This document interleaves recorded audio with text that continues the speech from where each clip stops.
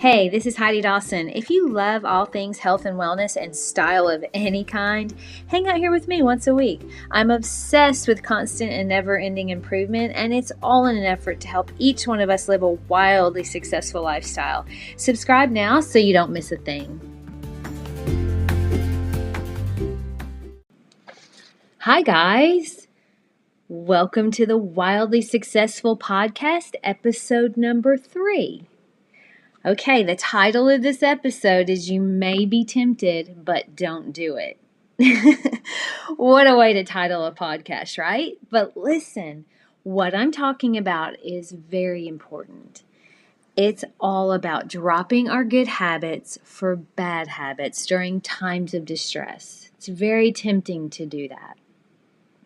We're in the middle of a major disruption right now. I don't know when you're listening to this podcast, but when I'm recording it, it's right in the middle of the coronavirus pandemic. A lot of people are under a lot of stress right now. It's so easy and very tempting to just throw our hands in the air and say, look, I'm stressed. I feel uncertain about everything, and I'm just going to comfort myself by eating bad food, or drinking too much alcohol, or whatever vice you lean towards. Now, let me be very clear. Taking a day to assess and adapt to our new current reality is necessary, and it's even suggested. You should feel these feelings that you're having and understand that they're very normal. I assure you, though, that long term, this isn't serving you. It's crucial to have mental and physical strength during a crisis. It's crucial for you, and it's crucial for your family that is watching you.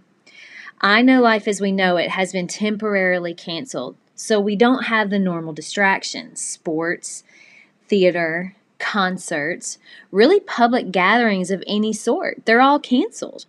That's our current reality. So I've put a list together of 5 things that will serve you and your family during this crisis, or any crisis, really, anything that's going on in your life that causes a disruption to your normal routine. All right, so number 1, keep your good routine. If you don't have a good routine, start one. Right now, everybody is sort of quarantined to their home, so the routine has probably been disrupted. So if you don't have a good routine, start one. But if you normally get up at 6 a.m. and you go to the gym, keep doing that. It's healthy for you, and it's healthy for your mind, and it's healthy for your children that are watching you. You want to also have a schedule, like have a scheduled day. So I talked yesterday about cleaning out your closet or cleaning out the junk drawer. Well, that's something you could put on your schedule and do. So it's crucial that you have a routine and a schedule, and you keep that up during this time. All right, number 2, let's talk about nutrition. I know it's very, very unpopular what I'm about to say, but bad nutrition makes you tired. It makes you grumpy, and it makes you lethargic. That isn't just for adults. It also makes your children tired, grumpy, and lethargic. So if you, in the name of #quarantine, went to the grocery store and bought tons of junk food, I really want you to right now pause the podcast and go gather up all that junk food in your arms and take it to the garbage where it belongs. That is doing yourself and your family a service. Look, if you're going to be wildly successful and that's your goal, and you want to be a top performer, that requires an abundance of energy. And that comes with eating healthy nutrition and drinking tons of water. All right. Number 3, exercise. Now, there's no excuse for not exercising right now because we're all kind of got a lot of downtime. And look, your mind is going to look for an excuse for you not to exercise. And there's lots of those excuses going around right now because the gym's closed. If you're in Memphis, where I am, it's pouring down raining for 2 weeks. I don't have a gym at my house. So there's lots of excuses that we can use. But guess what? Because of technology, we no longer get to use those excuses. My little sister has a workout app that actually adapts to her circumstances. So if she's in a hotel room and doesn't have any equipment, that app tells her what to do. It will actually create an entire workout without any equipment for her. I love that. And there's not just one app like that. I would venture to say there's hundreds, if not thousands, if you look for them. All you have to do is Google. I mean, we can Google anything these days, right? All right, so let's move on to number 4. And this has to do with our body as well, but it's not something we talk about as much, right? Mental strength. We don't talk about how to maintain that. We don't do that a lot. We talk a lot about our physical exercise and our physical strength, but our mental strength, in my opinion, is just as important, if not more important right now, than our physical strength. We don't want to get into sloppy thinking. We don't want to get into a negative thought record going on in our head. And that is very easy to do right now. With the news coming out with new information every minute, it's easy to hit refresh and refresh all day long, and your brain is addicted to doing that. But look, if you will listen to a little bit of positivity for every single minute you listen to negative information, it will help you so much.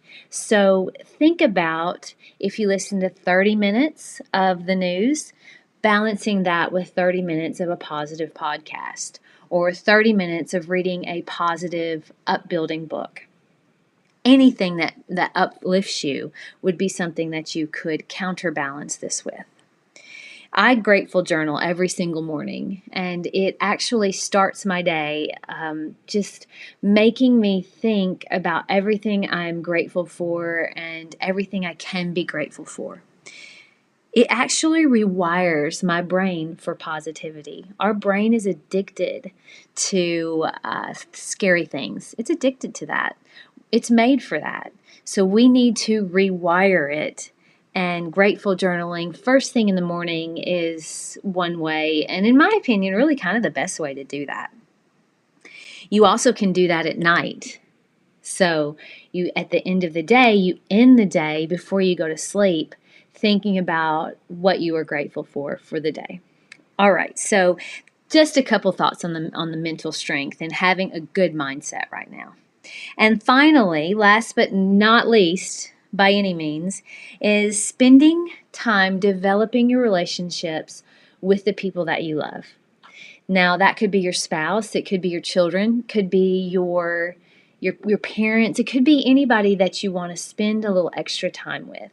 And I know that we have what they're calling social distancing going on. That's a new phrase for us.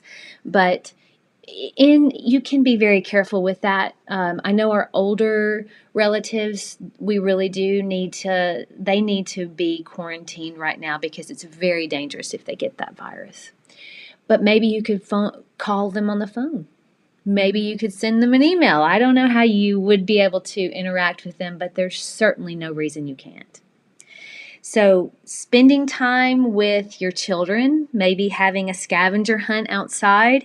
There's tons of virtual things you can do right now. The zoos are giving virtual tours. Museums are giving virtual tours. Again, all you have to do is go on Google and take a look out for that. And make sure that you have a little bit of time that you spend with your family where you don't have any distractions. So I think that will help you so much to develop relationships that are closer, more meaningful if you put down the phone and just spend time maybe playing games or watching a movie. Why not, right? All right, so those are the 5 things that I think that will really help you and encourage you and uplift you and also give you the ability to deal with any crisis. This may be past. I mean, you could be listening to this podcast when this coronavirus is a thing of the past, and maybe you have something else that is disrupting your schedule. So it really applies to anything that disrupts your schedule. All right, guys. Well, I hope you've enjoyed this podcast. Remember to follow me at the Heidi Dawson on Instagram because I go live and I would love, love, love to interact with you there. I'll see you tomorrow. Have a great afternoon.